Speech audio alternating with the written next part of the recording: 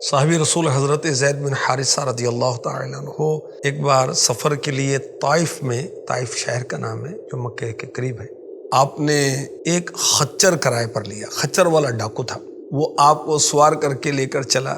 جب ویرانے میں پہنچے تو اس نے آپ کو خچر سے اتار دیا اور خنجر لے کر آپ کی طرف بڑھا۔ آپ نے دیکھا کہ وہاں لاشوں کے ڈھانچے ہیں، تو شخص سے کہا تو مجھے قتل کرنا چاہتا ہے، اتنی مہلت دے دے کہ میں 2 رکعت نماز پڑھوں۔ اس نے کہا اچھا پڑھ لے نماز۔ تجھ سے پہلے قتل ہونے والوں نے بھی نمازیں پڑھی تھی، مگر ان کی نمازوں نے انہیں بچایا نہیں۔ حضرت زید بن حارثہ رضی اللہ تعالی عنہ فرماتے ہیں میں نے 2 رکعت ادا کی تو وہ مجھے قتل کرنے کے لیے قریب آ گیا۔ میں نے دعا مانگتے ہوئے اللہ کو پکارا، یا ارحم الراحمین۔ فوراً غیب سے آواز آئی، اے شخص تو ان کو قتل مت کر۔ یہ آواز سن کر وہ ڈاکو ڈر گئے، ادھر ادھر دیکھنے لگا، کوئی نظر نہیں آیا تو پھر بڑھا۔ تو حضرت زید بن حارثہ رضی اللہ تعالی عنہ نے پھر بلند آواز سے پکارا، یا ارحم الراحمین۔ پھر غیبی آواز آئی، اے شخص ان کو قتل مت کر۔ پھر تیسری مرتبہ حضرت زید بن حارثہ رضی اللہ تعالی عنہ نے یا ارحم الراحمین کہا تو کیا دیکھا کہ ایک شخص گھوڑے پر سوار ہے، ہاتھ میں نیزہ ہے اور نیزے کی نوک پر آگ کا شعلہ ہے۔ آتے ہی ڈاکو کے سینے میں زور سے نیزہ مارا اور وہ نیزہ سینے کو چیرتا ہوا پیچھے سے پار ہو گیا، ڈاکو زمین پر ڈھیر ہو گئے۔ وہ آنے والا کہنے لگا، جب آپ نے پہلی مرتبہ یا ارحم الراحمین کہا، اللہ پاک کو پکارا تو میں 7ویں آسمان پر تھا۔ جب تم نے دوسری مرتبہ پکارا یا ارحم الراحمین تو میں دنیا کے آسمان پر تھا۔ تیسری مرتبہ پکارا تو میں تمہارے پاس تمہاری امداد کے لیے پہنچ گیا۔ حضرت زید بن حارثہ رضی اللہ تعالی عنہ آخری نبی مکی مدنی صلی اللہ علیہ وسلم کے غلام تھے۔ آقا علیہ الصلوۃ والسلام نے انہیں آزاد کر کے اپنا منہ بولا بیٹا بنا لیا تھا۔ غلاموں میں سب سے پہلے آپ نے اسلام قبول کیا۔ آپ کا نام مبارک قرآن پاک میں پارہ 22 سورہ احزاب کی آیت نمبر 37 میں ہے۔ صحابہ میں آپ ہی کا نام قرآن میں آیا ہے، یہ آپ کا خصوصی شرف ہے۔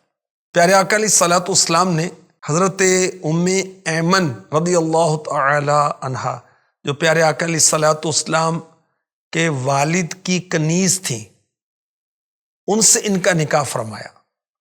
تو ان سے ان کے بیٹے ہوئے حضرت اسامہ بن زید رضی اللہ تعالی عنہ۔ صحابہ کرام نے آپ کو حب النبی، نبی کا محبوب، اس کا لقب دیا تھا۔ آپ کو یہ بھی سعادت حاصل ہے کہ جب بدر فتح ہوا، غزوہ بدر میں مسلمانوں کی فتح ہوئی، تو یہ خبر پہنچانے کے لیے آپ کا نام سامنے آیا۔ 5 سنہ ہجری 2 شعبان میں پیارے آقا علیہ الصلوۃ والسلام غزوہ بنی مصطلق میں روانہ ہوئے تو حضرت زید رضی اللہ عنہ کو مدینہ پاک میں اپنا نائب بنایا۔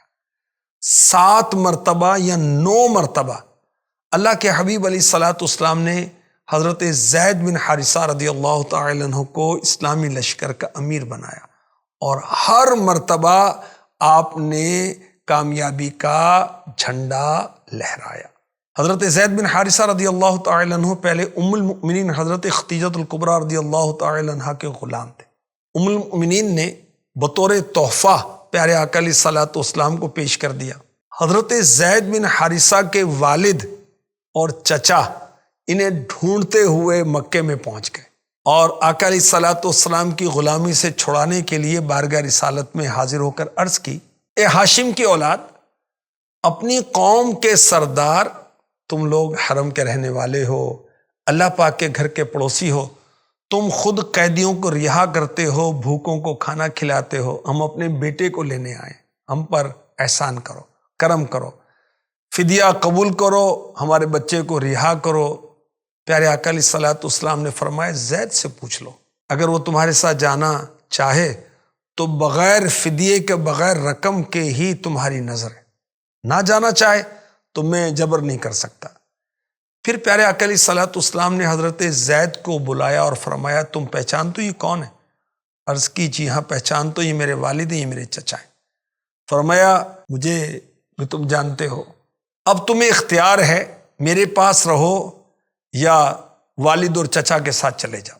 حضرت زید رضی اللہ عنہ نے عرض کی حضور میں آپ کے مقابلے میں بھلا کس کو پسند کر سکتا ہوں؟ آپ میرے لیے باپ کی جگہ بھی ہیں، چچا کی جگہ بھی ہیں۔ اللہ اکبر۔ حضرت زید رضی اللہ تعالی عنہ کے والد اور چچا نے کہا زید غلامی کو آزادی پر ترجیح دیتے ہو؟ باپ اور چچا اور سب گھر والوں کے مقابلے میں غلام رہنے کو پسند کرتے ہو؟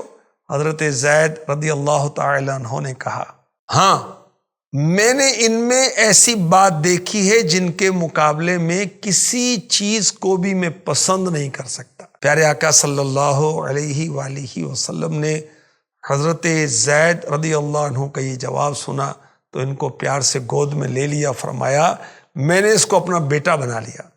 حضرت زید رضی اللہ عنہ کے والد اور چچا بھی یہ منظر دیکھ کر بہت خوش ہوئے اور خوشی سے ان کو چھوڑ کر واپس چلے گئے۔ صحابہ کرام حضرت زید رضی اللہ تعالی عنہ کو کہا کرتے تھے زید بن محمد صلی اللہ تعالی علیہ وسلم۔ جب سورہ احزاب کی آیت نمبر 5 نازل ہوئی ادعوہم لآبائہم ہوا اقسط عند اللہ، انہیں ان کے حقیقی باپ ہی کا کہہ کر پکارو، یہ اللہ کے نزدیک زیادہ انصاف کی بات ہے۔ تو اب صحابہ نے زید بن حارثہ پکارنا شروع کیا۔ جب طائف کا سفر ہوا تو اللہ کے حبیب صلی اللہ علیہ وآلہ وسلم پر کافروں نے پتھر برسائے تو حضرت زید دوڑ دوڑ کر پیارے آقا علیہ الصلوۃ والسلام پر آنے والے پتھروں کو اپنے بدن پر لیتے تھے اور آقا علیہ الصلوۃ والسلام کو بچانے کی کوشش کرتے، یہاں تک کہ آپ کا سر زخمی ہو گیا۔ اللہ اکبر، اللہ اکبر۔ سن 8 ہجری جمادی الاولیٰ میں غزوہ موتا ہوا۔ حضرت زید رضی اللہ تعالی عنہ اسلامی لشکر کے علم بردار یعنی جھنڈا لینے والے بنے۔ شیطان آیا اور اس نے وسوسے ڈالے تو آپ نے کیا کہا مومنوں کے دلوں میں ایمان پختہ ہونے کا وقت تو اب ہے اور شیطان مجھے دنیا کی لالچ دیتا ہے۔ اس اسلامی جنگ میں مسلمانوں کی تعداد تھی 3000 اور غیر مسلم کتنے تھے؟ 1,00,000۔ جب کفار کو اسلام کی دعوت دی گئی آپ کی جانب سے تو انہوں نے تیر برسانا شروع کیے، تلواروں کے وار کرنا شروع کر دیے، تو آپ نے گھوڑے سے اتر کر پیدل ان سے لڑنا شروع کیا۔ کافروں نے آپ پر نیزوں اور برچھیوں کی برسات کر دی اور یوں بہادری کے ساتھ لڑتے ہوئے آپ نے جام شہادت نوش فرمایا۔ اللہ پاک کی ان پر رحمت ہو اور ان کے صدقے ہماری بے حساب مغفرت ہو، آمین۔